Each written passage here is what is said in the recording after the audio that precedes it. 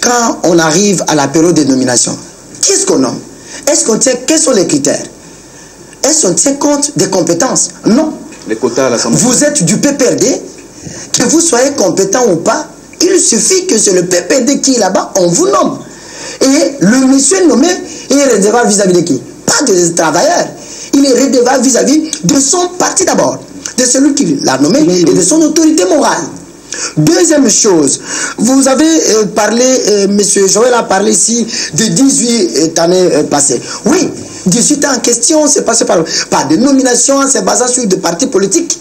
Aujourd'hui, il y a l'alliance entre CACH et FCC. Nous osons croire que le président va se baser sur les compétences et non par rapport aux appartenances politiques. Les 18 années, c'est par rapport à l'impunité. Vous avez parlé ici des bois qu'on est en train de couper de l'autre côté par le général, l'épouse du général Tango Fort. C'est de l'impunité. Le ministre qui attribue des autorisations là, c'est base de quoi? Par la corruption. C'est 18 ans, c'est 18 ans de la corruption. Nous avons le problème de trafic d'influence. Mais quand un général se permet de travailler illégalement ou bien abusivement, c'est quoi? Mais c'est parce qu'aujourd'hui, le 18 ans, le régime qui vient de partir, c'était un régime où aujourd'hui les travailleurs n'avaient pas un sens. Quand vous dites que je suis fonctionnaire de l'État, écoutez, c'est tout. C'est ça. Vous partez draguer une jeune fille et vous vous présentez que je suis fonctionnaire de l'État, mais écoutez, quelle que soit votre beauté ou ce que vous avez, la fille n'acceptera pas parce que vous êtes présenté comme fonctionnaire de l'État. Non, ça ne va pas. Donc il faut aujourd'hui revaloriser les travailleurs. Un agent de l'État doit avoir une certaine valeur. À l'époque, nous avons condamné ici, oh Mobutu a fait 36 ans. Oui, c'est bien. À l'époque de Mobutu, les enseignants ou tous les travailleurs ne pouvaient pas venir, on lui paye par exemple 100 000 francs. Ils n'avaient pas moyen de transporter ça. Et chaque fois quand on payait, chaque enfant savait que papa est un mongo. Mais aujourd'hui, on vous donne 200 000 francs, mais les 200 000 ne reflètent absolument rien avec le coût d'achat, avec ce que nous voyons aujourd'hui. Donc, il est important que les choses soient faites, qu'on puisse réellement étudier cette question-là des travailleurs pour qu'on arrive. Sinon, nous risquerons de retomber sur les questions des soulèvements parce que déjà le début du mandat prouve déjà que c'est un signal fort. Peut-être le président ne veut pas faire attention, c'est un signal fort. On lui dit, écoutez, il a invité le cadavre. Non, mais il doit faire l'évaluation, l'état de lié. Donc il a parlé de déboulonner. Déboulonner tous ceux qui prennent le 100% de ce que nous produisons, comme Joël Kadé l'a dit ici. 60% va où? Dans des poches des individus. C'est un problème. Edi Kabea, on va finir par là. En ta proposition. En fait, je voulais juste intervenir par rapport à ce qu'a dit M. Marius Boliko, par rapport à la question de l'élite. Aujourd'hui, Michel, je dirais que au centre du problème du développement, pour également l'amélioration des conditions de vie des Congolais ou des travailleurs, il faut l'homme au centre de tout. Mais la question que l'on doit se poser de toutes nos lèvres, c'est de savoir, est-ce que notre passé philosophique, colonial ou précolonial, nous prédispose-t-il aujourd'hui en nous affirmant des personnalités fortes, fières et dynamiques? Est-ce que le Congo aujourd'hui peut-il sauvegarder cette personnalité, quel qu'en soit, en adoptant en bloc les acquis de la science et de la technique? Pourquoi? Parce que aujourd'hui, l'homme congolais n'a pas pu sortir les Congos à l'émergence. C'est en fait ça le problème. La question de l'élite se pose avec acuité. Vous avez parlé également de la vulgarisation par rapport à la révisitation de la loi du code minier. Vous voyez, quand vous lisez ce code minier, vous verrez que l'ancien code donnait la part belle aux investisseurs. Vous comprenez? Maintenant, les nouveaux codes là, ils n'ont plus d'intérêt. Nous devons nous approprier ces choses-là. Vous savez, nous, en tant que journalistes, nous sommes aussi interpellés. Nous avons un rôle hautement pédagogique à jouer, c'est lui d'expliquer, de vulgariser à la population qu'est-ce qui se passe, quels sont les tenants et les aboutissants de ces codes. Donc tout cela doit nous donner matière à réflexion, enfin. Mais il faut aussi diversifier les sources. Marius tout à l'heure disait, on ne peut pas se baser seulement sur le mine. L'agriculture est là, il faut que les gens puissent cultiver. Mais c'est une politique qu'il faut mettre en place. C'est une politique dans tous les secteurs, c'est pas seulement les secteurs miniers. Il faut aussi essayer de très content, hein? On a quand même changé à la SONAS, non? On n'est plus maintenant, c'est un nouveau DG qui est venu. C'est un nouveau DG. Bon, les gens ont pleuré, ils ont il faut s'en passer. Il faut s'en passer des nominations en se basant sur les appartenances politiques. Il faut s'en passer. Lucien Ekofo, c'est quand même un fils maison. Voilà, c'est quand même important de non. À ce niveau-là, je crois qu'on va se battre.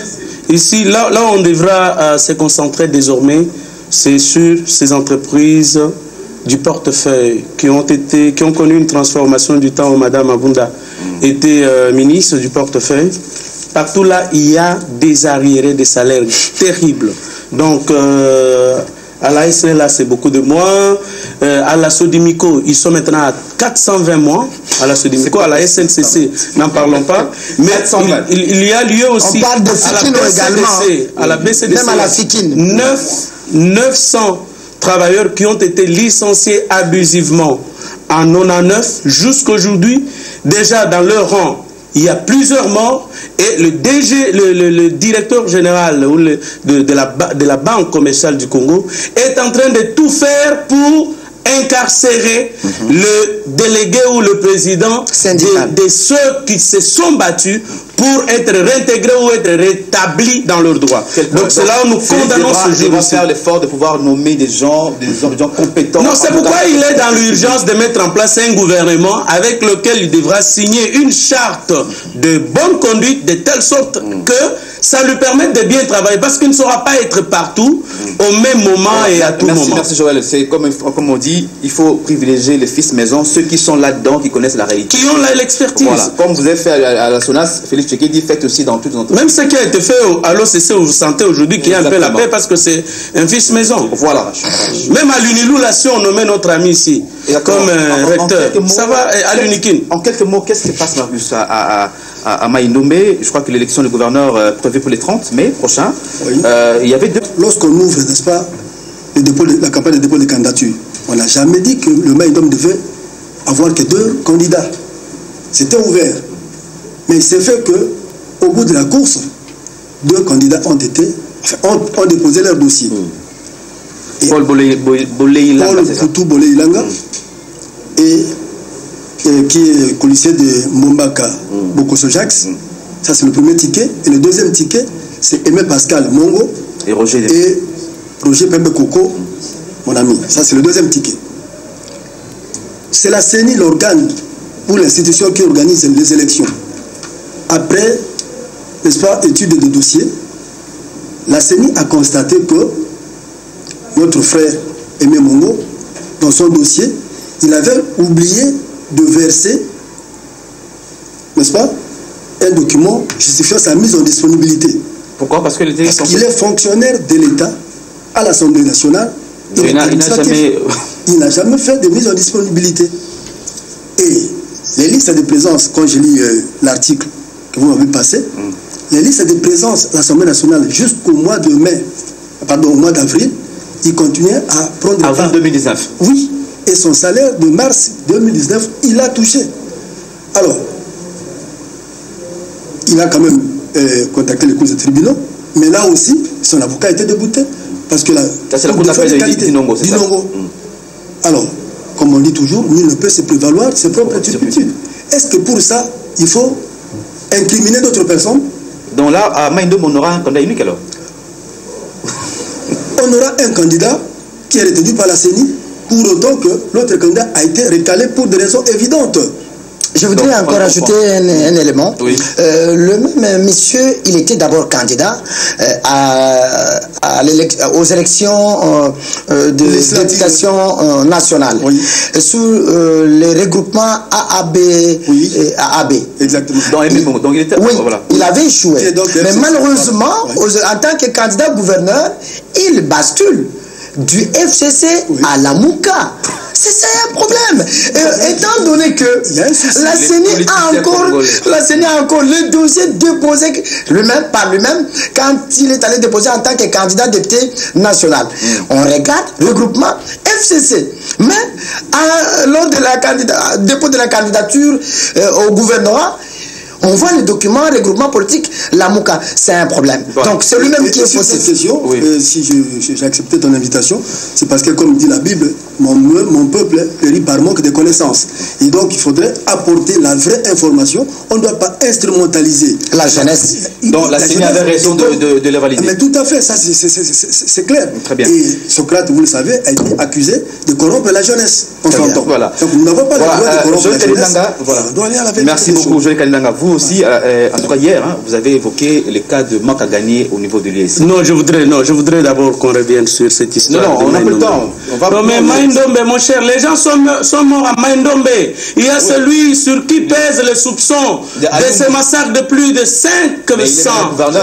personnes qui est gouverneur ici. Qu'est-ce que l'on veut? Qu'est-ce que l'on veut chercher?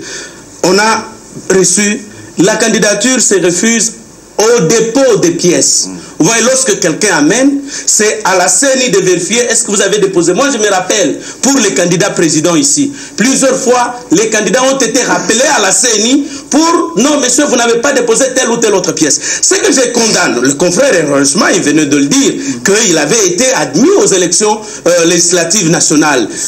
Tout ça, même si c'est sur un autre. Comment a-t-il été admis sur cette liste-là qu'ici? Ici, c'est un problème de la taille sur mesure de l'application de nos lois. Non, je vais bien terminer. Et donc, là, la conséquence, c'est quoi? Ça va poser un problème. Ça va poser un problème. Le sang a déjà coulé dans cette province. À un certain moment, mieux vaut des solutions politiciennes, politiques, au lieu de chercher le juridisme là. Le juridisme là, il va replonger encore. Maïndombe dans le sang, nous serons loin de ça. Attention, vous savez, quand vous évoquez des questions, quand c'est à des milliers de kilomètres, on ne maîtrise pas la question.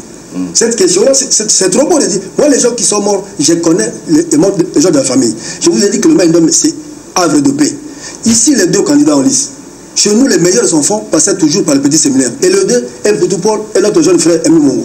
Mais nous disons, entre nous soit dit, vous êtes intellectuel, vous préparez votre dossier, n'est-ce pas? Et que, intentionnellement, entre nous, on veut quelle justice. Ok. On va pas. Soyez rassurés, le sang ne coulera plus au Maïndombe. Soyez sûr. Joël Kadé, on va c'est sur l'affaire de l'ISC, manque à gagner. Non, on commence par vous. Non. Avant que... Vous prenez celui qui est venu donner son point de vue. Moi, je lance comme ça, c'est qu'on a parlé de 400 millions de francs congolais que le DG de l'ISC aurait, je parle de conditionnel, aurait détourné. Le manque à gagner, vous savez, quand les étudiants payent les frais au taux de 92, les gardes en question, l'État retourne. Il a été retourné, la commission a été mise en place. Toutes les institutions ou universités publiques ont reçu le manque à gagner. Il semble qu'au niveau de l'ISC, 400 millions, le DG aurait détourné. Oui, Joël Kalindanga. Vous donnez la parole à celui qui est venu ça hier. Non, il est venu pour donner le droit de réponse. Non. Parce qu'à un moment donné, le problème est celui-ci. Oui. Vous voyez, kiosque, on a analysé les sujets inscrits dans les, comment on dit, dans les journaux donc, qui ont été publiés. Bon, depuis un temps, quand on prend les experts comme eux, ça pose problème parce que c'est une question qui a été posée par, comme ce que vous veniez de lire là. Et nous avons commenté par rapport à ces questions soulevées par les téléspectateurs. Ce n'était inscrit ni dans Impact News, dans quoi. Moi, j'attends, j'ai tous les chiffres ici, j'ai toutes les données ici. 400 millions, alors, comme lui, l'expert universitaire, il donne les éléments sur base desquels, moi, je vais intervenir. C'est pas comme ça. Ou non. Voilà, je mérite d'abord... Vous êtes expert de domaine, vous n'êtes pas de représentant de l'ISC. Voilà, je ne suis pas venu ici comme... où je ne suis pas mandaté par l'ISC Kinshasa ni par le directeur général, le professeur ordinaire Augustin Bangala. Mais étant chef de travaux, parce que je connais quand même les questions relatives à l'issue, et étant donné que je suis le responsable du journal universitaire. Qu'en est-il de cette commission? Regardez, d'abord, c'est quoi le manque à gagner? Parce qu'on pense manque à gagner, on dit quoi? Ça veut dire quoi? Lors de l'année académique 2017-2018, le taux de change était déjà de 160 000 francs congolais pour un $100. Mais malheureusement, l'État, à travers le ministère de l'Enseignement supérieur universitaire, a décidé que les $100 doivent être payés à 92 000 francs congolais. Regardez le manque à gagner là. C'est-à-dire quoi? L'enseignant qui était payé par les frais qu'on appelle FOCAS, COGIT, par-ci, par-là, au lieu de toucher 160 000 francs pour un $100. Il nous touche combien? 92 000 francs. Regardez ce qui manque, le déficit là, l'écart là. Le gap, oui. Alors, les institutions universitaires ont demandé à l'État, pour ce faire, écarter ce qu'on appelle les quotités. Parce que si les étudiants vont payer au taux de 92 et que nous sommes appelés à payer encore les quotités, il y a beaucoup de quotités, nous serons incapables de les faire. Pour ce faire, prenez-vous, l'État qui avait décidé à ce que les étudiants payent au taux de 92, prenez en charge l'écart là. Et je passe pour l'année académique 2017-2018. C'est ainsi qu'une commission a été mise en place pour évaluer le manque à gagner de chaque établissement de l'enseignement supérieur universitaire. Je vous rappelle, puisqu'il a parlé de lycée, j'ai toutes les preuves. La seule institution d'enseignement supérieur universitaire sur toute l'étendue de la République démocratique du Congo qui a payé lors de l'année académique 2017-2018 12 mois de primes locales ou de primes internes. Seul IEC. Moi, je suis chef de travail Lupin. Nous avons été payés 4 mois. À l'UEC, on les a payés combien? 12 mois. Mais où est-ce que le comité de gestion a trouvé l'argent pour payer 12 mois? Je ne sais pas, vous comprenez là où je suis en train de parler. Donc, qu'est-ce qu'il y a? Donc, les 400 millions de manques gagnés, vous avez affecté ou déjà affecté cela au paiement? Non, attendez, je suis là d'expliquer. Oui. Alors, l'IEC a présenté au cours d'une assemblée générale de tous les personnels que avec le taux de 92, nous serons incapables de vous payer 12 mois. Avec le taux de 92. Qu'est-ce que nous allons faire? Les agents ont dit non, comme on connaît bien l'IEC, il y a une fourchette de personnel qui ne veulent pas de changement à l'IEC, a dit non, 12 mois ou rien. Mais le DG dit, que faire maintenant? Va aller en prêt. Demander l'autorisation d'abord au ministre des tutelles pour qu'on puisse avoir un prêt à la banque, envie de supplier d'autres mois qui manquaient. Mais en attendant que l'État, comme il y avait déjà une commission qui a été mise en place pour payer l'argent qui manquait aux institutions universitaires pour mieux fonctionner, au moment où l'État va nous payer, nous allons rembourser l'argent emprunté à l'État. Le ministère accepte, le comité de gestion, avec l'accord du personnel, l'Assemblée générale va avoir un prêt à la banque. On paye à l'IEC ou au personnel de l'IEC 12 mois. 12 mois complets. Le manque à gagner, si le personnel de l'IEC n'était pas payé 12 mois, ça allait être un problème. Voilà, on les paye 12 mois. Maintenant, l'État dit, je suis maintenant prêt cette année de vous donner l'argent de banque à gagner. L'État verse dans le compte de l'IEC 440 millions de francs congolais. L'IEC dit, ok, c'est pour l'année académique 2017-2018. Vous êtes au courant, vous savez que nous avions emprunté l'argent pour vous payer 12 mois. La première chose à faire, que faire? Nous prenons l'argent du gouvernement versé dans notre compte, nous devons d'abord rembourser à la banque. Ok? Et le reste d'argent, ça implique beaucoup d'histoires. L'argent n'était pas seulement la prise en charge, le paiement du personnel. C'est le fonctionnement lui-même de l'institution. Payer les quotités, ça veut dire quoi? L'argent que les institutions universitaires payent au cabinet du ministère de l'ESU, au secrétariat général de l'ESU, au fonds de promotion de l'éducation FPN, les problèmes des cartes biométriques. Le personnel a une mutuelle de santé à l'IEC. La question le pose, vous allez prendre la parole, mais la question le pose. Est-ce que ce n'est pas le détournement? L'argent, on dit c'est ça ou c'est le détournement? Même si l'argent c'était destiné à acheter un stylo et que vous le prenez pour le besoin d'acheter un cahier, c'est aussi détournement. Non, Michel, c'est ce que j'ai dit. Non, s'il vous plaît. S'il vous plaît, il a parlé, non, il a pris assez de temps. Il a pris, s'il vous plaît, Michel. Était fait affecter pour la prise en charge du personnel.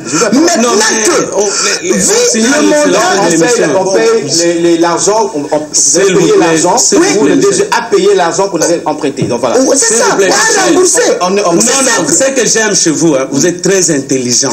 Parce que ce que je devrais dire à mon ami, c'est lui-même qui a établi dans sa défense ou dans son droit de réponse pour lequel le professeur Bangala devra en tout cas le récompenser. Ici, je parle en tant que spécialiste. Et il a convaincu expert du journal universitaire. Vous savez, c'est un frère que j'admire beaucoup. Il est très intelligent et son expertise. Mais dans sa présentation de faits, vous avez entendu là où j'ai tous les documents ici et je vais bien l'exploiter dans les journaux, comme ça il pourra bien répondre. Et vous avez entendu dans sa présentation de faits là où il a établi, reconnu que le directeur général a détourné. Le détournement, c'est quoi? S'il vous plaît, chers confrères, les détournements, papa, frère Patrice a dit, na français, il y a détournement, mais na lingala, il y a Kimouibi. Kimouibi s'est établi à quel niveau? Allez à l'ISP, à l'ISC, parce que vous êtes en train d'en faire les éloges. Allez-y voir l'état des toilettes. Parce qu'il a pris cet argent pour le fonctionnement. Voilà, l'argent n'était pas sur les toilettes. Non, mais allez regarder l'état des toilettes où les filles entrent. Mon grand frère m'a dit qu'il a fait l'ISC. C'est là où, à un moment donné, ça énerve. L'argent est destiné, l'argent est payé par les étudiants. Et cet argent payé par les étudiants, ce n'est pas pour payer les quotidiens et consorts. Il y a de l'argent spécifiquement. Je suis désolé, puis finir. Mais le quotidien, vous allez payer avec notre argent. Puis finir. C'est là où il y a le détournement. C'est ce triangle. Ministère de l'enseignement supérieur et universitaire, la direction générale de l'ISC, c'est là où il y a Anguille sous roche. Et c'est là que l'on appelle du détournement. Et à cela, vous dites qu'il y a une fourchette des agents réfractaires au changement. C'est là où il y a un problème. Un DG devrait quand même réunir le consensus. L'ISC, c'est pas tout le pays, tout le monde entier. Vous devriez l'aider, chers confrères. Vous devriez l'aider à satisfaire tout le monde, bien qu'on ne peut satisfaire tout le monde de son père, mais vous devriez l'aider d'abord à restituer l'argent détourné, l'affecter aux objectifs précis. C'était quoi les objectifs précis? Mais vous l'avez dit. Non, mais vous ne dites rien. Non, mais ce n'est pas vous les journalistes qui posez une question. Mais dans ce que vous avez dit, c'est que j'établis et que vous avez reconnu qu'il y a eu détournement dans le chef du professeur ordinaire Bangala. Ça, au moins, les téléspectateurs ont tiré des conclusions. André Moussongo. Regardez. Je suis désolé. Un grand frère que j'aime beaucoup va se baser sur. Ce débat doit continuer, mais ailleurs. Regardez, je dis ceci. J'ai tous les deux. Le problème de l'USC, mon vieux, moi je vous parle, le journaliste parle sur les faits. Mais je vous donne. Moi j'interprète ce que vous avez dit. Je vous donne, juste après cette excuse, je vais vous donner ce document. Oui, je vais vous donner tous ces documents. Regardez. Le problème à l'ISC, s'il vous plaît. Le stylo a même sauté. Le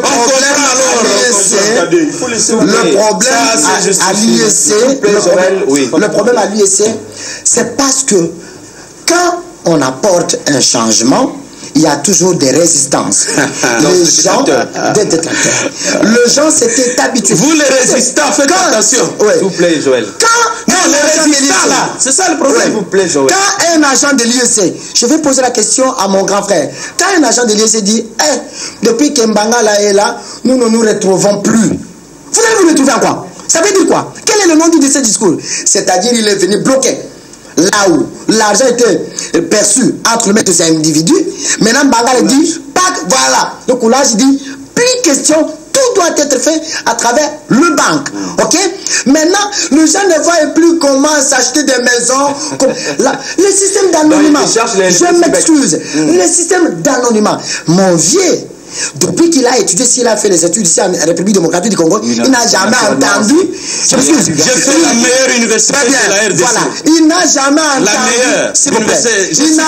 Il n'a jamais entendu parler de ce qu'on appelle du système d'anonymat. C'est la première fois de sa vie. Dans la correction d'examen sans nom. Sans nom. Voilà. C'est-à-dire, on donne maintenant aux enseignants les copies des examens des étudiants sans nom.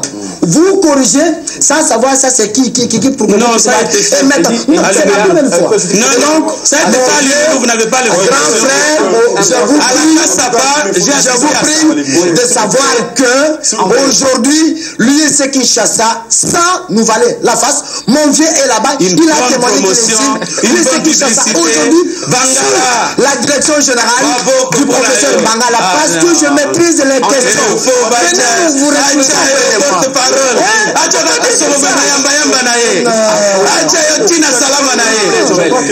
Je parle avec les faits. Je crois que ce qu'on reproche aujourd'hui à Bangala, c'est sa rigueur. C'est son combat pour... Oui, on sait que c'est un professeur à Seattle, il est professeur à Bruxelles aussi. Oui, l'université de Liège. C'est normal, les tricateurs, les quelques assistants. De ces problèmes, il faut d'abord faire un examen minutieux du passé, démêler les chevaux et établir des responsabilités. Qui a fait quoi? Qui est à la base de la gestion? Qui n'a pas pu sortir cette université dans l'émergence? C'est en fait ça. Vous savez, à un moment donné, le navire IEC était en déroute plus que jamais. Les voiles ont été déchirées, on a jeté par-dessus bord toutes les cargaisons et les agrès du navire. Pauvreté, douleur des agents, ainsi de suite. Même Joël Cadet le sait. Voilà, qui ne sait pas qu'il a fallu Bangala pour qu'il remonte à la surface tous les secrets. C'est à l'avènement de Bangala qui est monté Joël Cadet pour ensuite